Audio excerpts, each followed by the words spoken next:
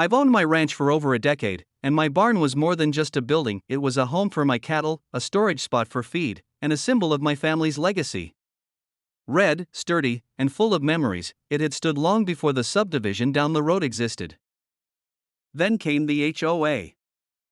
At first, it was letters: your barn is an eyesore, structure violates community aesthetic, remove immediately or face fines.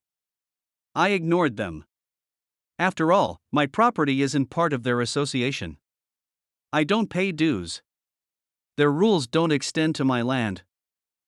But one morning, I drove up to the barn to find a backhoe tearing it apart. I sprinted over, fists clenched. The foreman shrugged. We were contracted by the HOA.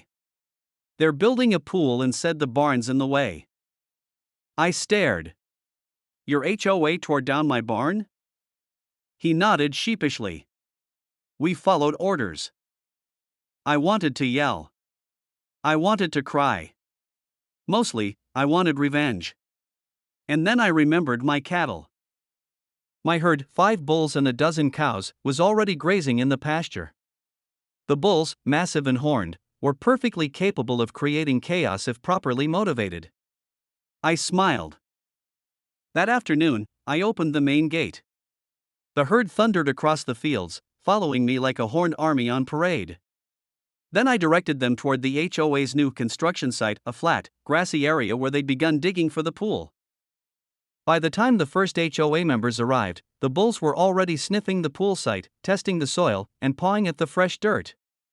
Karen, the infamous HOA president, screeched from behind her clipboard, "Stop! Stop! These are private animals. You can't." Too late. The largest bull, a massive black beast named Brutus, nudged over a wheelbarrow. A smaller bull trotted around the dig site, scattering safety cones like they were toys. Within minutes, the pool site looked like a war zone, mud everywhere, stakes bent, and the backhoe abandoned halfway through its work. Karen lunged toward the herd, waving her arms. "I'm calling the cops. They're trespassing, these animals." I walked up calmly.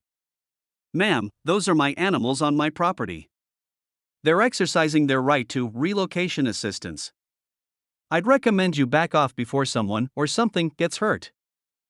She pulled out her phone anyway. By the time deputies arrived, I had a printed deed in hand, showing that the land the HOA claimed for their pool project was entirely mine.